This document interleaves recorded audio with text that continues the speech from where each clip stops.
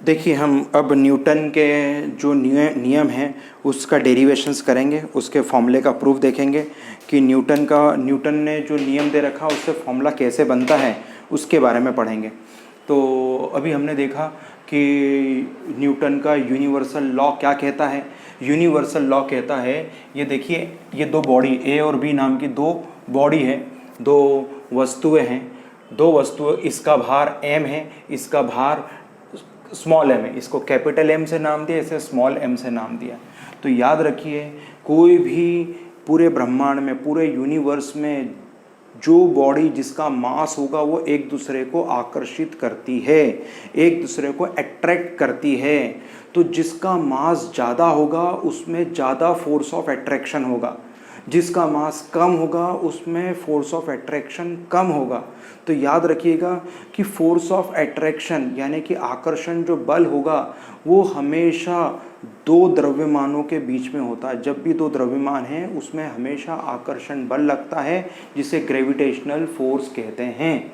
तो अभी हम इसको प्रूफ करेंगे। तो प्रूफ क्या बताया कि जो फोर्स है, फोर्स जो है वो डायरेक्टली प्रोपोर्शनल है उसके प्रोडक्ट के।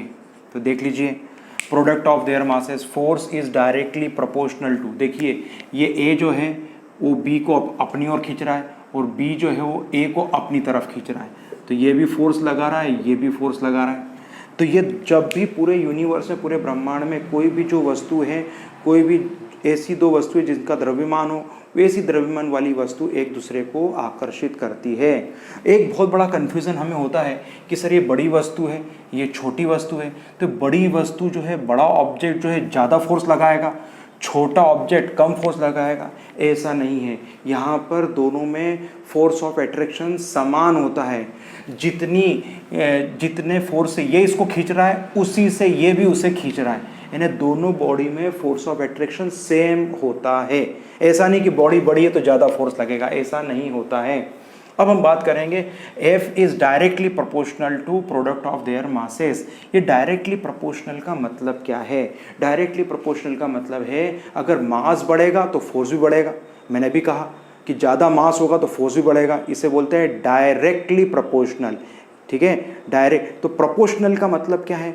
डायरेक्टली प्रोपोर्शनल का मतलब क्या? अगर एक चीज़ बढ़े तो दूसरी बढ़े, एक घटेगी तो दूसरी भी घटे, इसे बोलते हैं डायरेक्टली प्रोपोर्शनल।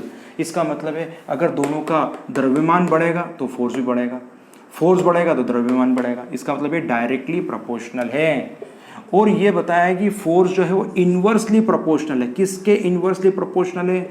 उनके बीच का जो डिस्टेंस है। डिस्टेंस कहाँ से लेना है? सेंटर से।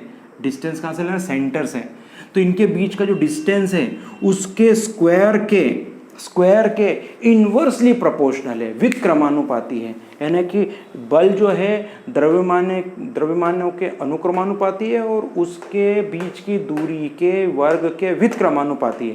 यानी फोर्स जो है वो इन्वर्सली प्रोपोर्शनल है square of distance between them. उसके बीच का जो डिस्टेंस है उसको स्क्वायर के इन्वर्सली प्रोपोर्शनल है। इन्वर्सली प्रोपोर्शनल का मतलब ये है अगर दूरी ज़्यादा होगी तो बल कम लगेगा, अगर डिस्टेंस ज़्यादा होगा तो बल कम लगेगा, डिस्टेंस कम होगा तो बल ज़्यादा लगेगा। इन्वर्सली का मतलब है अगर एक चीज़ बढ़ रही है तो दूसरी घट रही है, उसे बोलते हैं इन्वर्सली। अगर दूसरी चीज़ बढ़ रही है तो ये घट रही है, इसे बोलते हैं इन्वर्सली। यानी एक के बढ़ने पे दूसरी घटे, उसे हम इन्वर्सली प्रोपोर्शनल कहते हैं। तो इन्वर्सली यानी अगर एक का बढ़ना है तो दूसरे का घटना है, अगर दूसरी बढ़ रही है तो पहली वाली घट जाएगी, इसे बोलते हैं इन्वर्सली प्रोपोर्शनल। और डायरेक्टली प्रोपोर्शनल का मतलब एक बढ़ रही है दूसरी भी बढ़े, एक कम हो रही है दूसरी भी कम हो। तो अगर इन्वर्सली प्रोपोर्शनल का मतलब है अगर एक चीज़ बढ़ रही है तो दूसरी घट रही है, उसे बोलते हैं इन्वर्सली प्रोपोर्शनल। तो अब देखिए यहाँ पर हमने ये बात की कि इन्वर्सली प्रोपोर्शनल में हमें इसे नाम देंगे हम नंबर 2। अब इन दोनों को मिलाकर अपन नया इक्वेशन बनाते हैं।